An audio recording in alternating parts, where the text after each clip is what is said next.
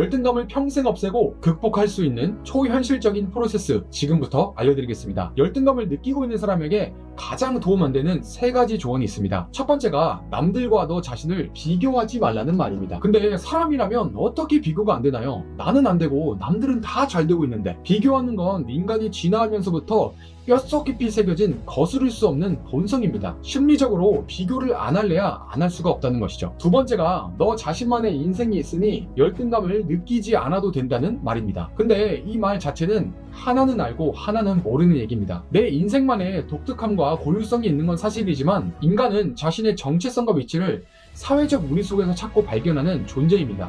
아무리 내 자신의 인생을 긍정해봐야 사회적 무리 속에서 내 정체성과 위치가 빈약하면 계속 현타를 맞을 수밖에 없는 구조라는 것이죠. 마지막 3번째로 언젠간 잘 될 거야 라는 말입니다. 이 말 되게 좋은 말이죠. 근데 열등감을 느끼고 있는 사람에게 이 말 해봤자 불난집에 부채질하는 격입니다. 왜냐하면 사람이 열등감을 느끼면 굉장히 무기력해지고 자기 혐오에 시달리게 됩니다. 근데 언젠가 잘 될 거라는 말이 그 사람 귀에 들어가기나 할까요? 이런 뚱구름 잡는 조언들 말고 실제적으로 열등감을 극복하는 방법에 대해 확실히 지금부터 말씀드리겠습니다. 먼저 열등감이라는 건 엄청난 감정의 에너지입니다. 잘못 사용하면 한없는 무기력감과 자기 혐오와 자괴감을 느끼는 데 사용하게 되지만, 잘 사용하면 내 성장에 엄청난 에너지 동력으로 사용할 수가 있습니다. 그래서 열등감을 느끼고 있다면 가장 먼저 기억해야 될 건 열등감을 느끼는 그 순간이 내 인생을 바꾸는 일생일대의 기회라는 것입니다. 물론 열등감을 느끼게 만드는 그 사람도 믿고 질투도 나고 내 자신도 한심해 보이지만,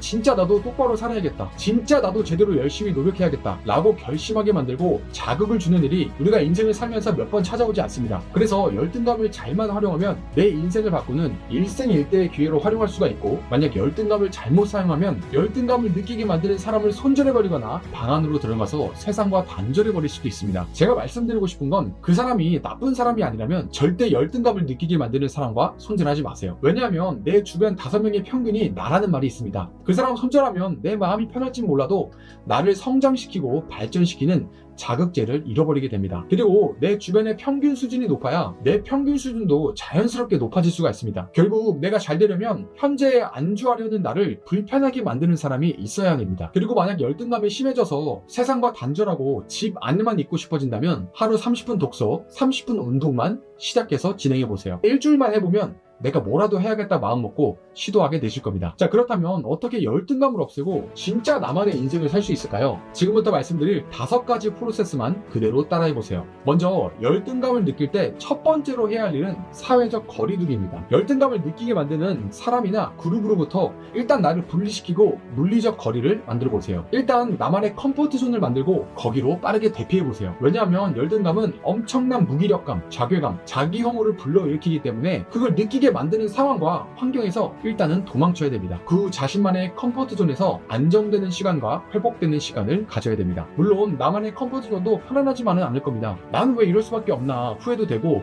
자기 혐오도 하게 되고 한숨도 쉬게 될 겁니다. 그럼에도 자신만의 컴포트 존에서 1, 2주 정도 시간을 보내면 다시 멘탈이 회복되고 다시 정신을 차릴 수가 있습니다. 그 다음 2번째로 해야 할 일은 바로 인정하기입니다. 무엇을 인정해야 하냐면, 나를 열등감 느끼게 만들었던 내 친구나 사람들이 잘 되고 잘한 것을 인정해주는 겁니다. 그 사람이 그런 성과를 내기까지 그 사람들이 한 노력과 판단과 결정을 리스펙하고 존중하고 인정해주는 것이죠. 이게 왜 필요하냐면, 결국 열등감이라는 것은 누군가 나보다 잘 되는 것을 인정하고 받아들이기 싫은 마음이거든요.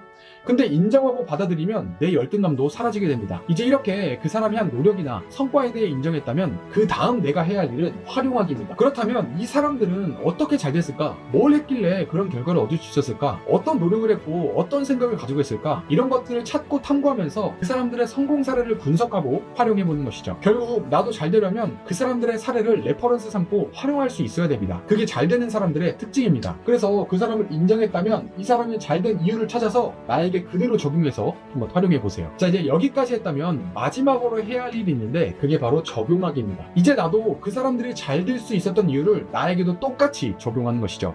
그리고 나도 잘 되는 방향으로 나아가는 것이죠. 이것이 바로 열등감을 가장 잘 활용해서 자신의 성장의 동력으로 삼은 예라고 볼 수 있습니다. 그 사람들이 잘 된 이유를 분석해서 나 자신에게도 꼭 적용하는 시간을 가져보세요. 결국 그게 자신에게 도움되고 남는 거더라고요. 오늘 내용을 한번 정리해드리겠습니다. 지금 열등감 때문에 힘들다면 사회적 거리두기, 인정하기, 활용하기, 적용하기 이 4가지 프로세스를 참고해서 한번 잘 이겨내 보시길 바라겠습니다. 그리고 열등감을 평생 없애고 느끼지 않는 방법은 결국 내가 잘 되는 겁니다. 내가 잘 되는 것. 결국 그거 외에는 방법이 없더라고요. 동의 안 하시는 분들도 있겠지만 적어도 저는 그렇게 생각하며 살고 있습니다. 오늘 영상 내용을 내 인생에 구체적으로 적용해 보고 싶으신 분들, 또 지금 이루기 원하는 목표가 있지만 옆에 어려움을 겪고 있다면 목표 성취 전문 컨설팅을 신청해 주세요. 신청 방법은 고정 댓글을 참고해 주세요. 오늘 영상 좋으셨다면 구독, 좋아요, 댓글 꼭 잊지 마시고요. 저는 다음에 더 좋은 콘텐츠로 찾아뵙겠습니다. 지금까지 목표 성취 전문 컨설턴트 박문혜였습니다. 오늘도 행복한 하루 보내세요. 감사합니다.